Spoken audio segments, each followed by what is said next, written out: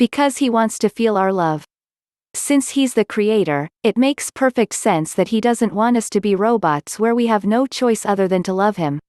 He created us in such a way that enables us to choose to love him or reject him.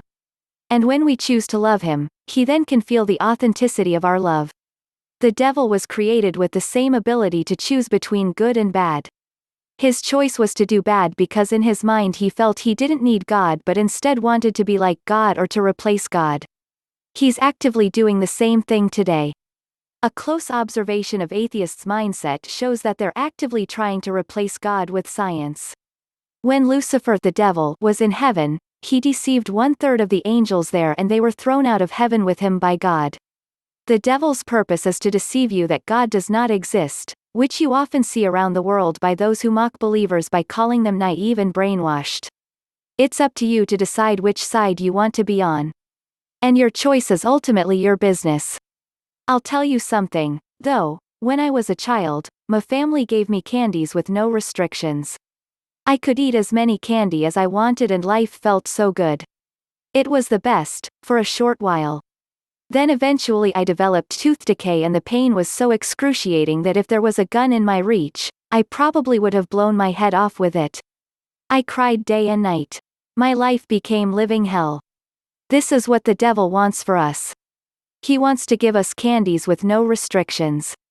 He wants to give you the world with only one exception: you must deny Christ and worship him, science, instead.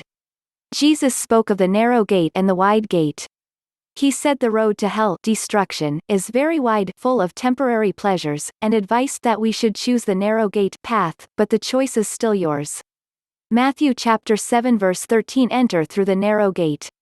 For wide is the gate and broad is the way that leads to destruction, and many enter through it.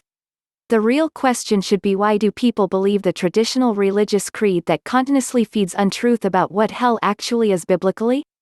First, let's go to the word of truth by the great Jehovah in his word, the Bible.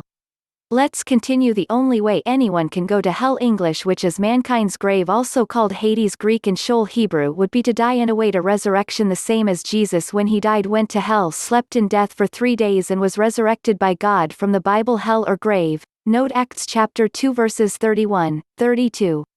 Note he saw beforehand and spoke concerning the resurrection of the Christ, that neither was he forsaken in Hades nor did his flesh see corruption. 32. This Jesus God resurrected, of which fact we are all witnesses. Where is the fiery burning? Can't get out of hell. Religious creed doctrine, hellfire.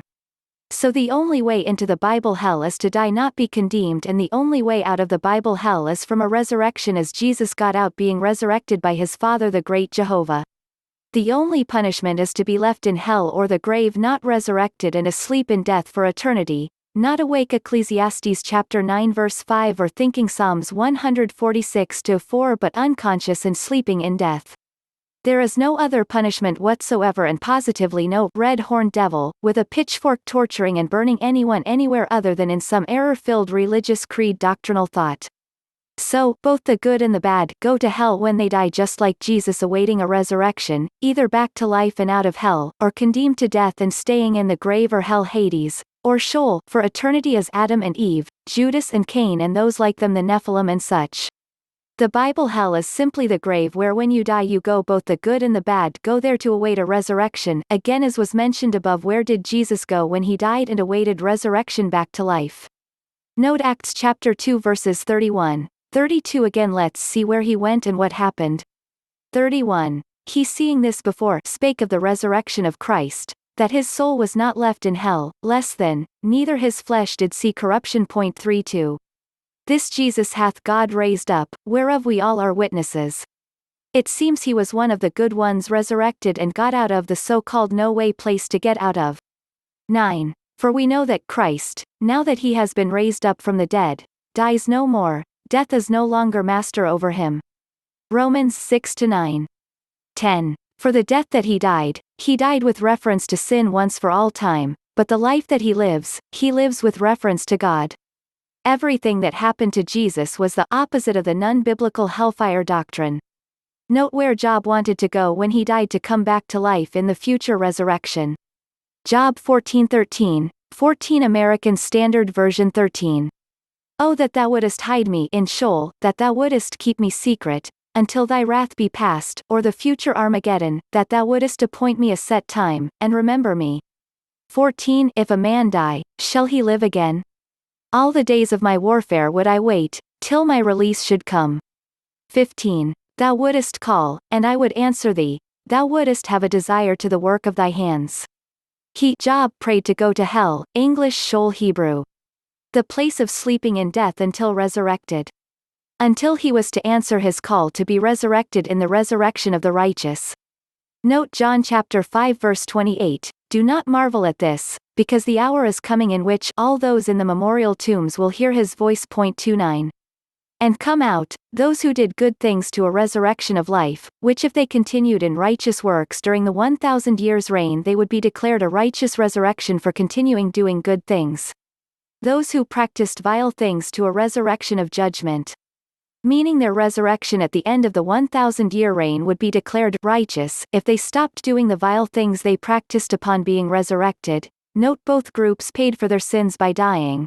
Romans chapter 6 verse 7 For he who has died has been acquitted from his sin. Note Acts chapter 24 verse 15 And I have hope toward God, which hope these men themselves also entertain, that there is going to be a resurrection of both the righteous and the unrighteous. There's nowhere in the Bible hell where it says you're going to burn forever for sinning the short 70 or 120 years of life compared to burning forever for the sins one did on earth. What an unequal, unjust thing to pay for. LTS No wonder people who are taught non-biblical hellfire hate God for that kind of thing. Can you blame them if that were true?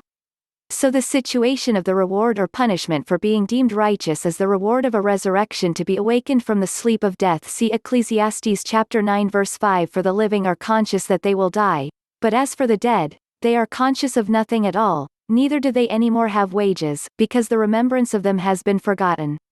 And they have no thoughts when dead. Note Psalms 146:4 His spirit goes out, he goes back to his ground, in that day his thoughts do perish. And the punishment for those that do not deserve a resurrection is they remain in hell English, Sheol Hebrew and Hades Greek in the sleep of death unconscious without thoughts for eternity. The same way Adam, Eve, Cain and Judas are now and others will be who are not given the reward of a resurrection. These things said have to be mentioned twice in order for most to get the understanding that the biblical hell is nothing like the religious creed hellfire doctrine. But not burning forever and ever in some horrendous super fiery hell. Awake conscious thinking.